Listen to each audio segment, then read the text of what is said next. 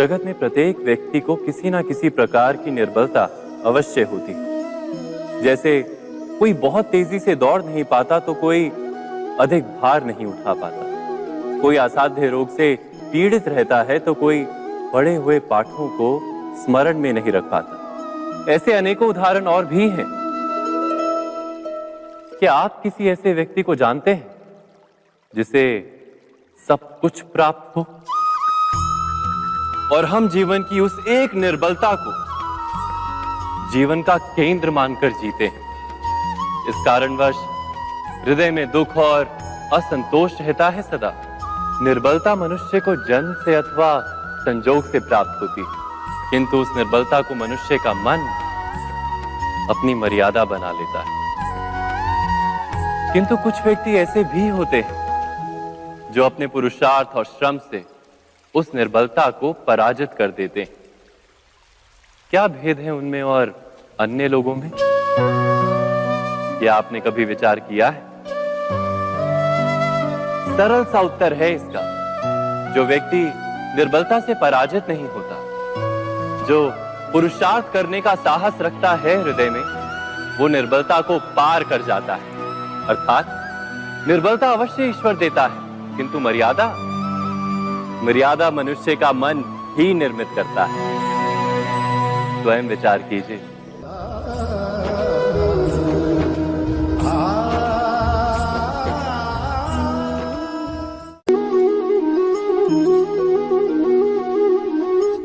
भविष्य का दूसरा नाम है संघर्ष। हृदय में आज इच्छा होती है और यदि पूर्ण नहीं हो पाती तो हृदय भविष्य की योजना बनाता है।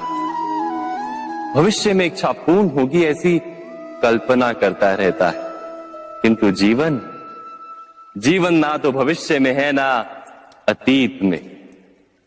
जीवन तो इस क्षण का नाम, अर्थात इस क्षण का अनुभव ही जीवन का अनुभव। पर हम ये जानते हुए भी इतना सा सत्य समझ नहीं पाते। या तो हम बीते हुए समय के स्मरणों को घेर कर बैठे रहते हैं, या फिर आने वाले समय के लिए हम योजनाएं बनाते रहते हैं और जीवन जीवन बीत जाता है। एक सत्य यदि हम हृदय में उतार लें कि ना हम भविष्य देख सकते हैं, ना ही भविष्य निर्मित कर सकते हैं, हम तो केवल धैर्य और साहस के साथ भविष्य को आलिंगन दे सकते हैं, स्वागत कर सकते हैं भविष्य का।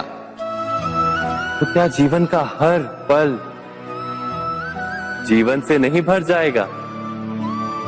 स्वयं विचार कीजिए।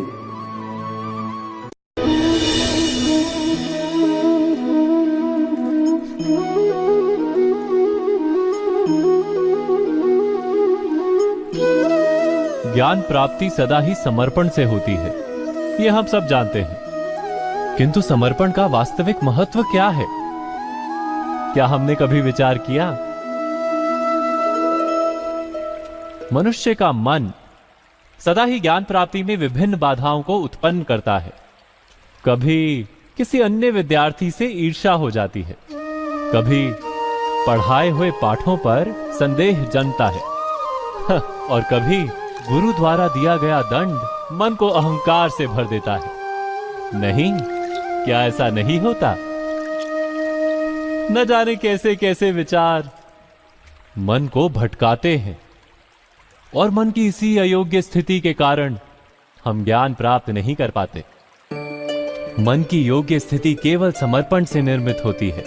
समर्पण मनुष्य के अहंकार का नाश करता है, ईर्ष्या, महत्वाकांक्षा आदि भावनाओं को दूर कर हृदय को शांत करता है और मन को एकाग्र करता है।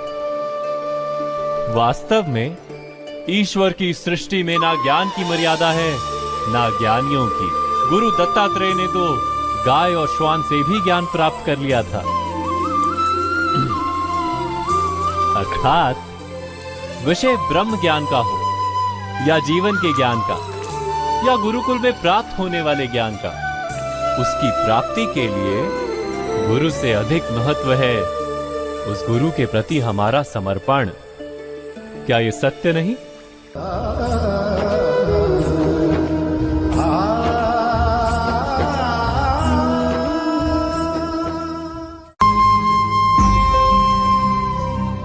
प्रत्येक मनुष्य के जीवन में ऐसा क्षण अवश्य आता है जब सारे स्वप्न, सारी आशाएं, सारे दृश्य ध्वस्त हो जाते हैं। जीवन के सारे आयोजन ही बिखर जाते हैं। एक और धर्म होता है और दूसरी ओर सुख। इसी को धर्म संकट कहते हैं। जब धर्म का वहन ही संकट हो और धर्म का त्याग ही सुख हो। विचार कीजिए,